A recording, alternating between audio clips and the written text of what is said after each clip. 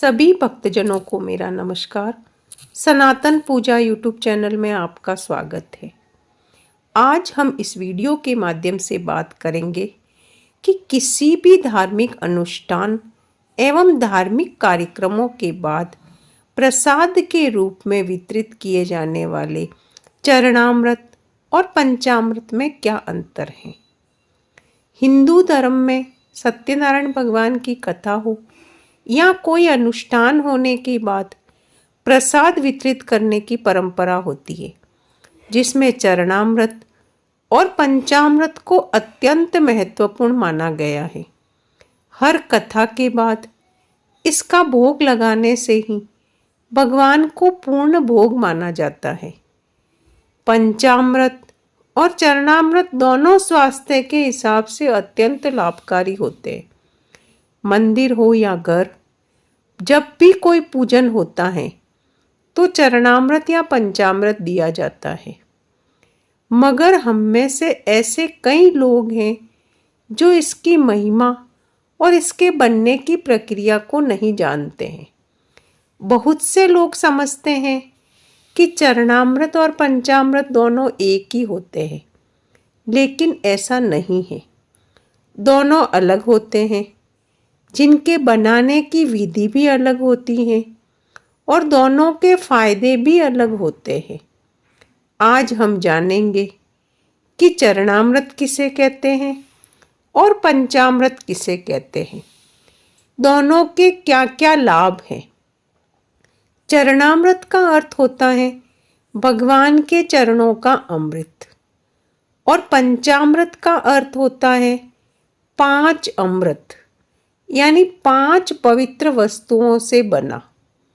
दोनों को ही पीने से व्यक्ति के भीतर जहाँ सकारात्मक भावों की उत्पत्ति होती है, वहीं ये सेहत से जुड़ा भी मामला है।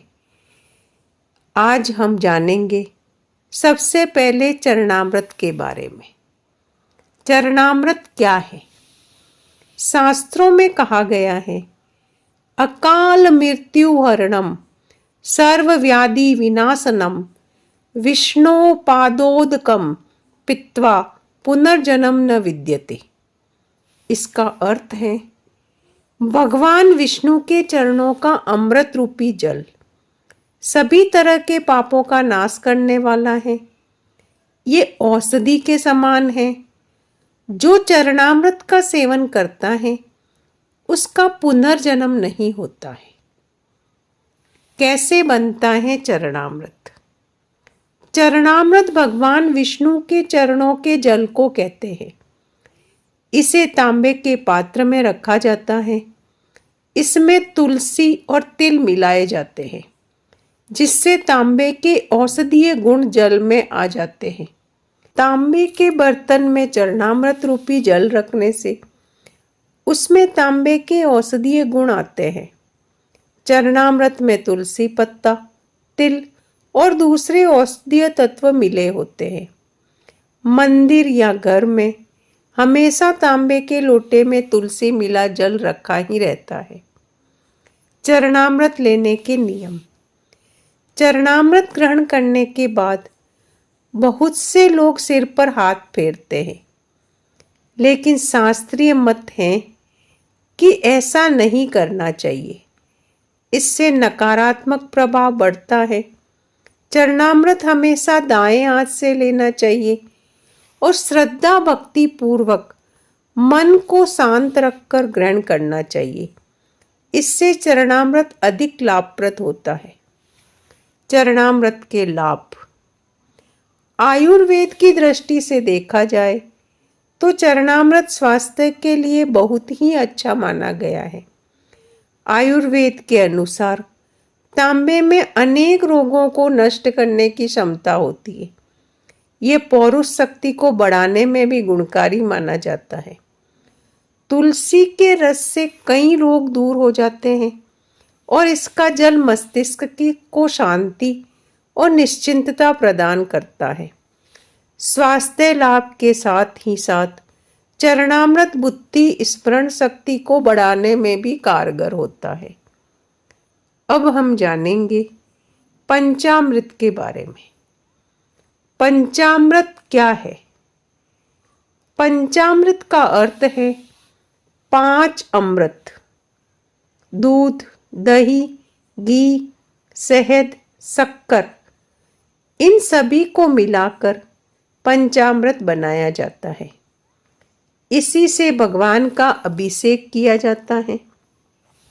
5 प्रकार के मिश्रण से बनने वाला पंचामृत कई रोगों में लाभदायक और मन को शांति प्रदान करने वाला होता है। इसका एक आध्यात्मिक पहलू भी है। वह यह है कि पंचामृत आत्म उन्नति के 5 प्रतीक हैं। जैसे दूध। दूध पंचामृत का प्रथम भाग है। ये शुभ्रता का प्रतीक है, अर्थात हमारा जीवन दूध की तरह निष्कलंक होना चाहिए। दूसरा दही। दही का गुण है कि ये दूसरों को अपने जैसा बनाता है। दही चढ़ाने का अर्थ यही है कि पहले हम निष्कलंक को सद्गुण अपनाएं और दूसरों को भी अपने जैसा बनाएं। तीसरा है घी। घी स्निग्धता और स्नेह का प्रतीक है। सभी से हमारे स्नेह युक्त संबंध हो, यही भावना रहती है। चौथा शहद। शहद मीठा होने के साथ ही शक्तिशाली भी होता है। निर्बल व्यक्ति जीवन में कुछ नहीं कर सकता। तन और मन से शक्तिशाली व्यक्ति ही सफलता प्राप्त कर सकता है। पांचवा शक्कर। शक्कर का गुण है मिठास। शक्कर चढ़ाने का अर्थ है जीवन में मिठास घोले। मीठा बोलना सभी को अच्छा लगता है और इससे मधुर व्यवहार बनता है। इन सभी गुणों से हमारे जीवन में सफलता हमारे कदम चूमती है। पंचामृत के लाभ। पंचामृत का सेवन करने से शरीर पुष्ट और रोगमुक्त रहता है। पंचामृत से जिस तरह हम भगवान को स्नान कराते हैं, ऐसा ही खुद स्नान करने से शरीर की कांति बढ़ती है। पंचामृत उसी मात्रा में सेवन करना चाहिए जिस मात्रा में किया जाता है, उससे ज्यादा नहीं।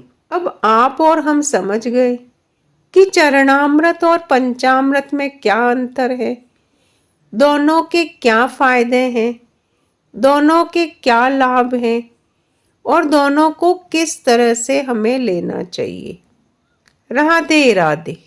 अगर आपको मेरा ये वीडियो पसंद आया हो तो इसे लाइक और सब्सक्राइब जरूर करें ताकि आगे आने वाले वीडियो आप तक जल्दी ही पहुंच सके।